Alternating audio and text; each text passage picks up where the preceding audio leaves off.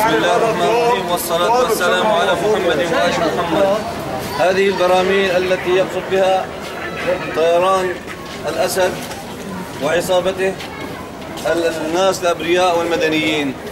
هذه البراميل المتفجرة طبعا ما عاد عنده قنابل جوية، صار يصنع تصنيع محلي يعبيها سماد ورمل ويقصفها على الناس المدنيين وعلى الأطفال وعلى النساء. طبعا الحمد لله رب العالمين ما انفجر، يعني هذا حديد محلي الصنع، سماكة 5 ملم، يعني عم يقصف يعني شكمينة، يعني ما في عنده براميل، ما عنده قنابل جوية يقصف فيها، صار يصنع هذا النظام اللي رايحين يفاوضوه بجنيف 2. خلي 15 ميلي هذا مو سماكة 5 ميلي. هذا النظام وعصاباته الطاغية اليوم قصف أكثر من برميل على مدينة حلب.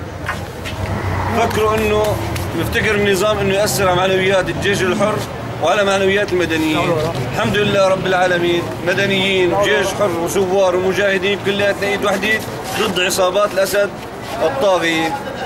إن شاء الله بإذن الله لن تؤثر على معنوياتنا، لن تؤثر علينا، نحن صامدون وباقون بإذن الله تعالى. يا شباب طيران يا شباب، نحن صامدين وباقين وسوف نقاتل حتى آخر قطرة من دمائنا. والعزة لله والله أكبر. وتضل هدايا بشار للشعب السوري، الشيء الإغاثي للشعب السوري الجوعان.